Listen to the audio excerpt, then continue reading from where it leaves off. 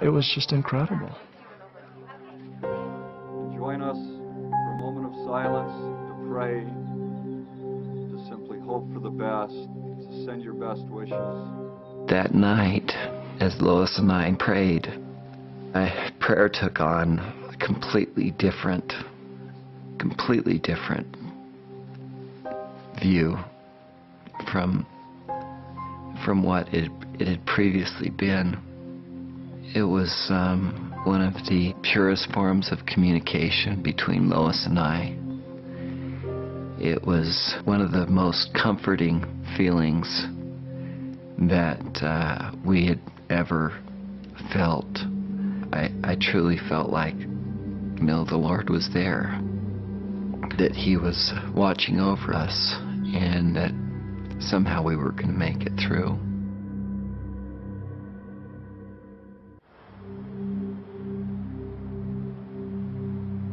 A week after the unexplained kidnapping of Elizabeth Smart, the family's ordeal took an ugly turn. Ed Smart and his brothers were taken into FBI headquarters for questioning. We took polygraph test. I had taken mine with 5 days no sleep, working on my 6th day no sleep. I mean, I was literally hearing things.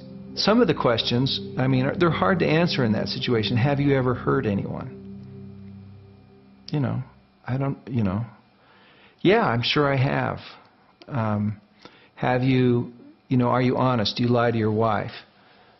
You know, well, I told her I didn't like her hairdo once, and I've lied to her, you know. I mean, I lie for love and I lie for sport, but I don't lie for real. Questions like, did you kill Elizabeth? Did you take Elizabeth? Did you have anything to do with her abduction? My polygraph was between 7 and 8 hours. But, you know, in that included a 2-hour stare down with the guy when I said, you know, I can't do anything else. I can't, I mean, I'm inconclusive, fine, it's in your court.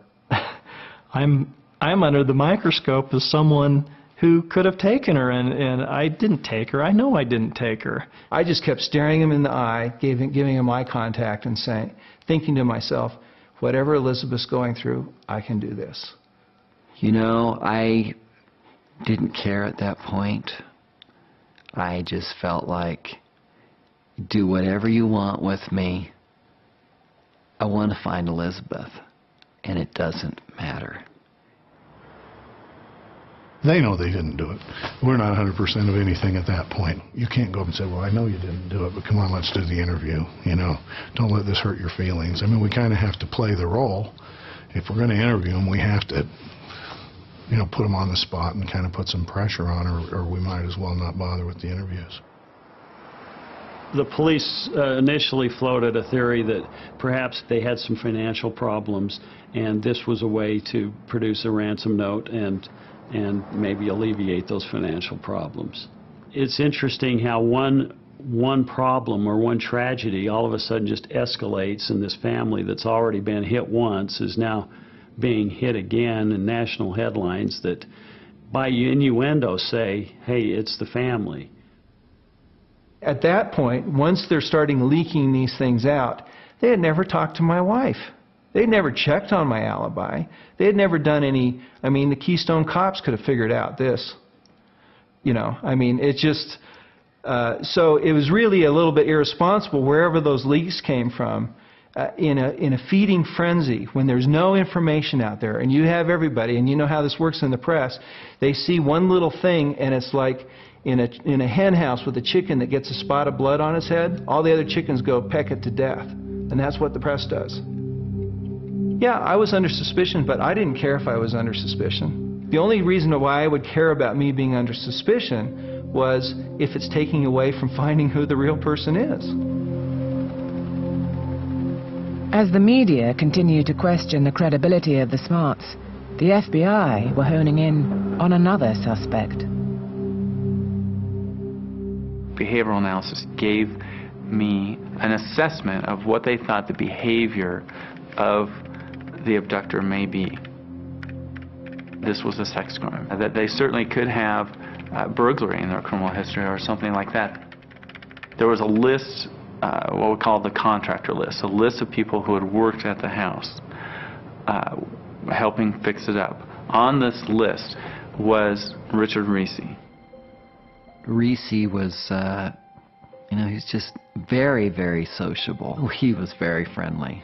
He was, you know, talking to my sons about snowmobiling or playing. He was an engaging type of person. He had a criminal history that came out to us right away when we started running his name. He was on parole and was out of the prison for an attempted homicide on a police officer escaping from a burglary. He had been accused at one point of stealing an expensive bracelet that Lois had. And so his name came up from Lois, it came up from the kids, it came up from a neighbor saying, we think you need to look at this guy, he may be a bad guy.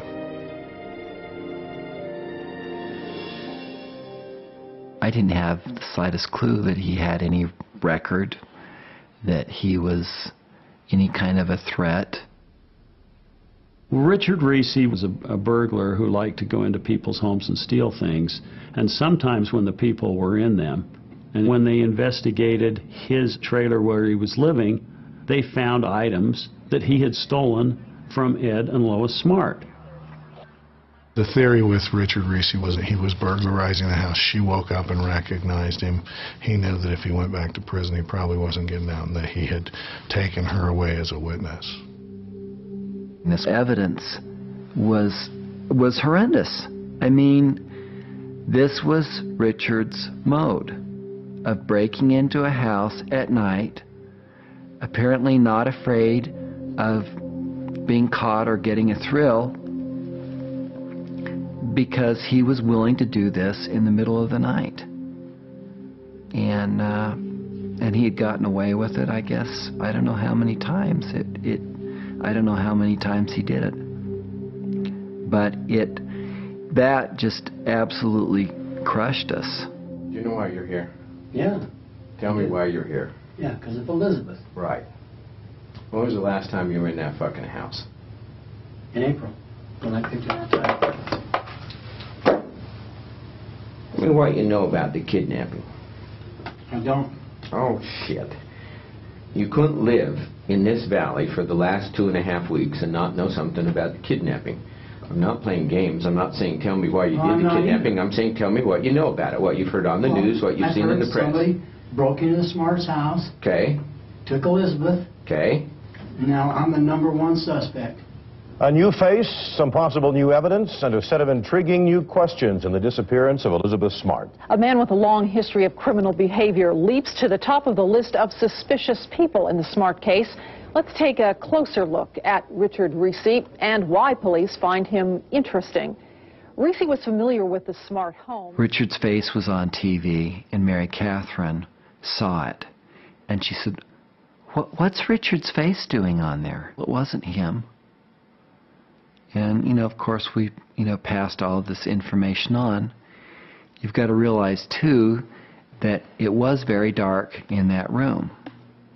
And so we still had this big question mark going on in our mind. Could she really see someone in there? I was fairly comfortable that Mary Catherine, by looking at someone, couldn't identify our suspect.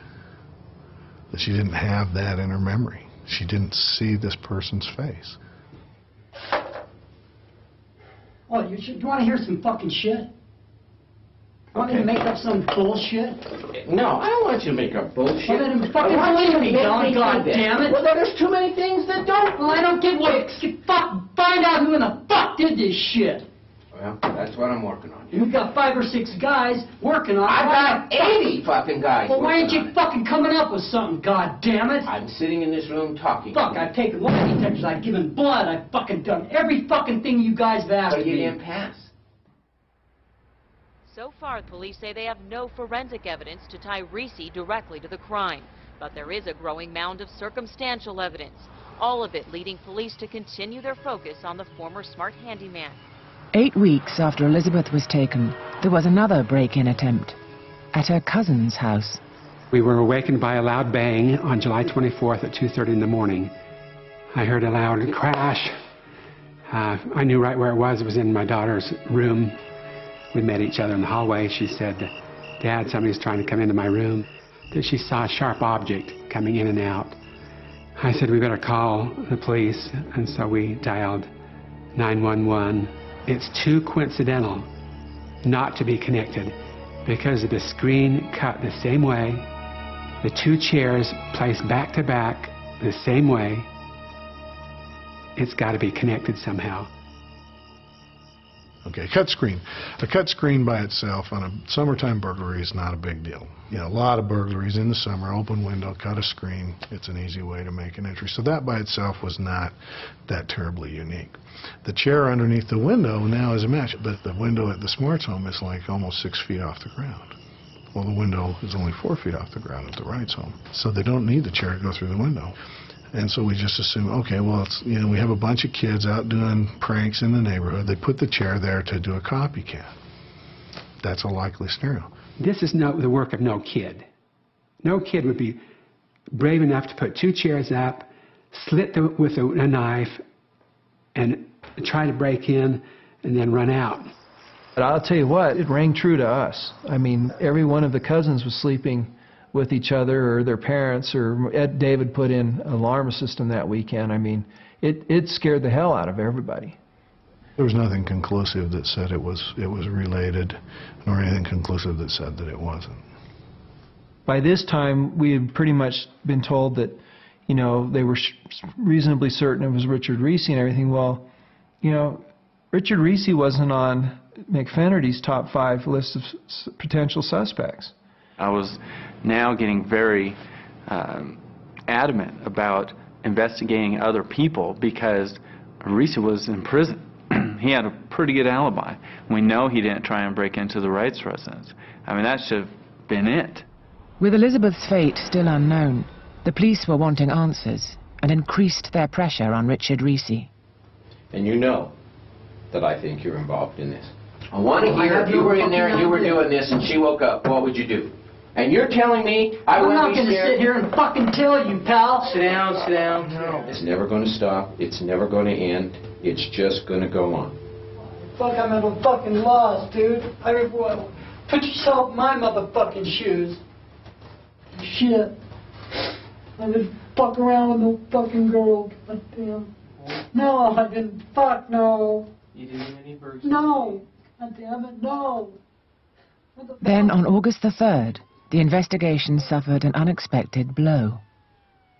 FBI agents called me and said, Corey, Reese's had some sort of problem medically. He's collapsed.